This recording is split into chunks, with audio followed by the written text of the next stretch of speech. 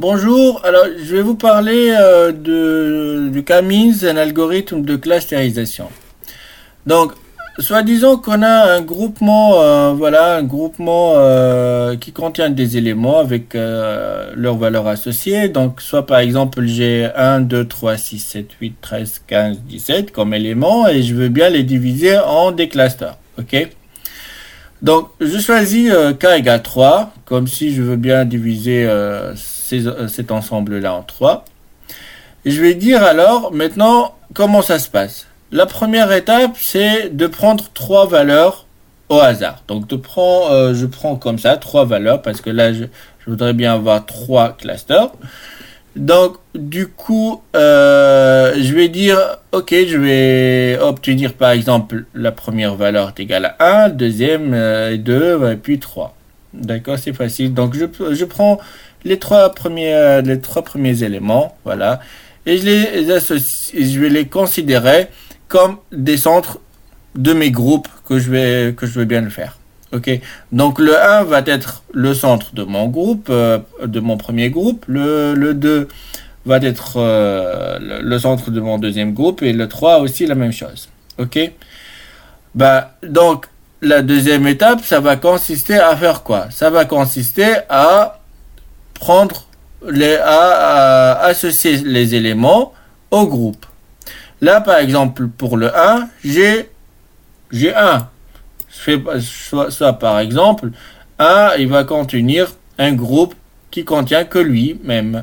Et 2, il va contenir un groupe qui contient lui-même. Et 3, il va contenir un groupe qui contient lui-même. Ok? Donc, pour le centre de ce groupe-là qui contient lui-même, la moyenne de ces éléments-là est égale à 1, est égale à l'élément unique. Pour le deuxième groupe, la moyenne de ce deuxième groupe-là est égale à 2, donc c'est égal à lui-même, et ainsi de suite. Donc pour le groupe numéro 3, sa moyenne est égale à la valeur lui-même. Ok? La deuxième étape donc consiste à associer le reste des valeurs à ces groupements-là. Donc je vais par exemple dire 6. 6, je la mets avec le 1 ou avec la 2, avec la valeur 3. Pour moi, 6, si je fais, elle se rapproche de 1 avec à une distance de 5 parce que 6 moins 1 est égal à 5. Si je l'affecte avec 2, je vais obtenir un écart de 4. Si je vais l'affecter à 3, donc je vais obtenir un écart de 3. Donc pour moi, la 6 va bien avec le 3 parce qu'elle s'approche bien avec la 3. Et donc du coup, je fais pareil pour les autres. Je fais pareil pour la 7, la 8 et tout. Donc je vais trouver ces groupements-là. Je vais trouver que le groupement 3 va obtenir 3, 6, 7, 8, 13, 15, ainsi de suite. Le groupement 2 va contenir que 2.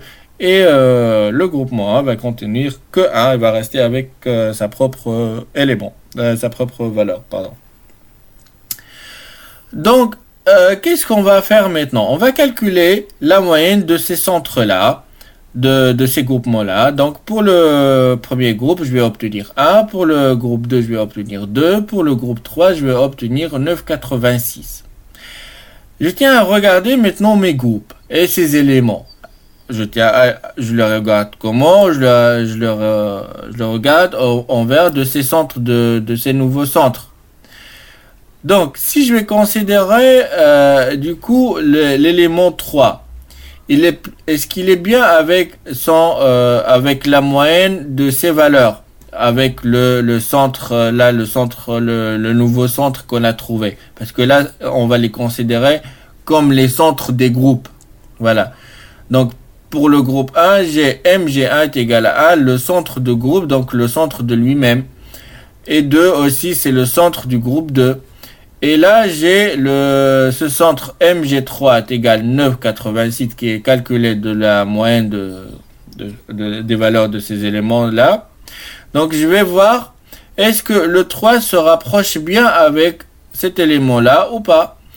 Donc, pour moi, si je prends 3, donc l'écart entre 3 et la valeur de son centre, donc il va être égal à 6,86. On est bien d'accord. 3 avec le 2 là, il va être égal à 1 avec une distance, donc il s'éloigne avec une distance de 1. Et le 3 avec 1, il va s'éloigner avec une distance de 2. Donc pour moi, la meilleure solution de déplacer la valeur 3 ou bien l'élément 3 dans le groupe 2 parce qu'il se rapproche bien avec la moyenne du groupe numéro 2. Donc ce que je vais obtenir que le groupe 1 va rester avec son élément unique. Donc il va construire le centre M bar G1 est égal à 1.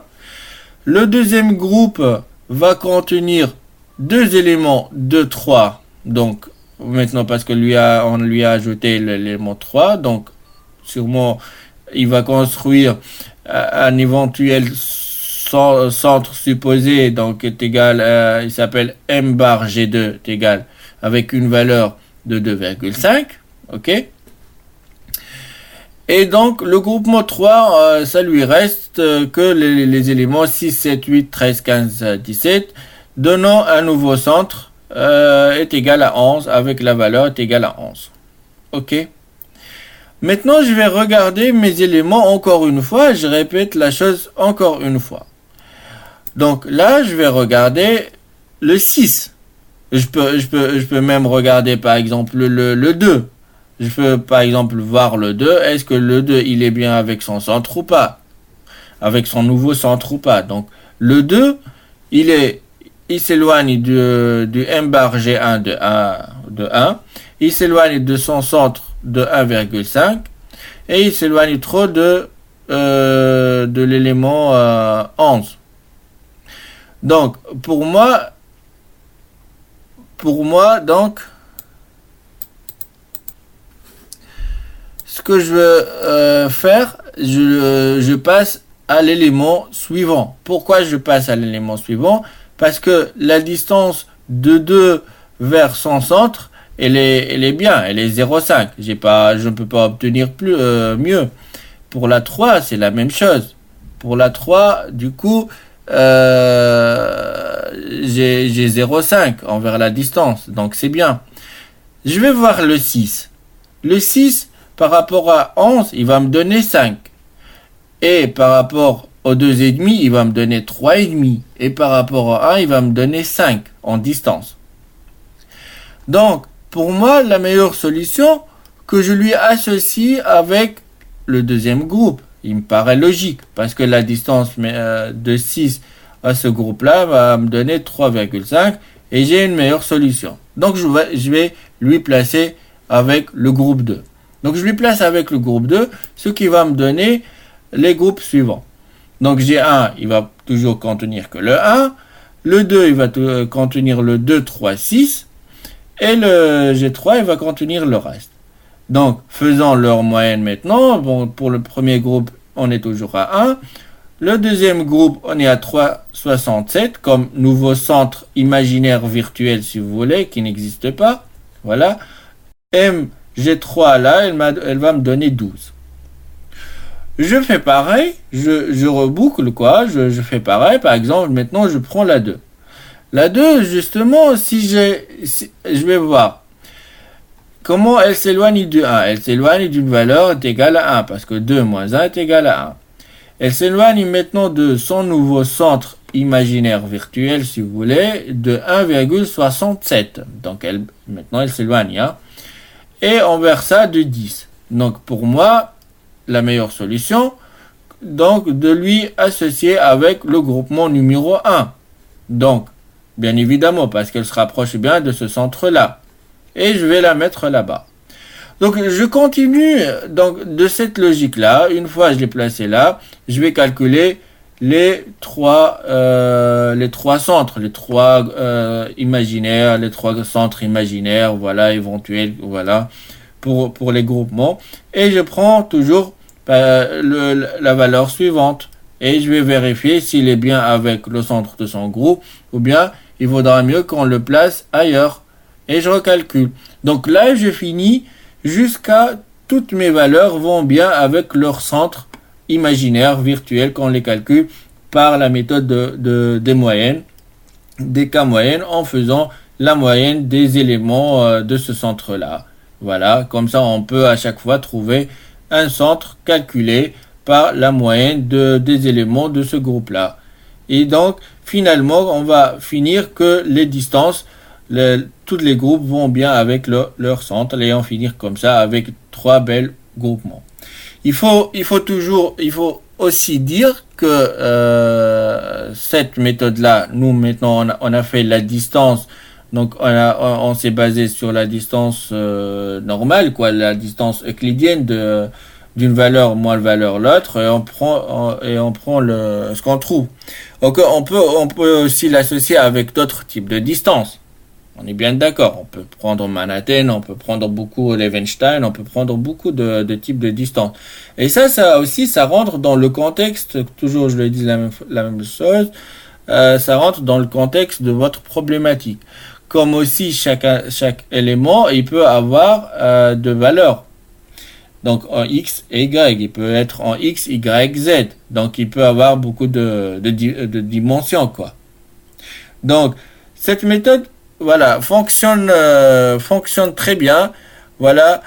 Et bon, donc dans les autres vidéos, je vais vous parler aussi d'autres algorithmes de clustering. Bien sûr, il y a des faiblesses qui n'est pas en présence d'attributs qui ne sont pas du type intervalle. Par exemple, si du coup mes éléments sont de type intervalle, pour là, cette étape-là ne peut pas marcher parce que là, on se base sur des éléments propres, quoi.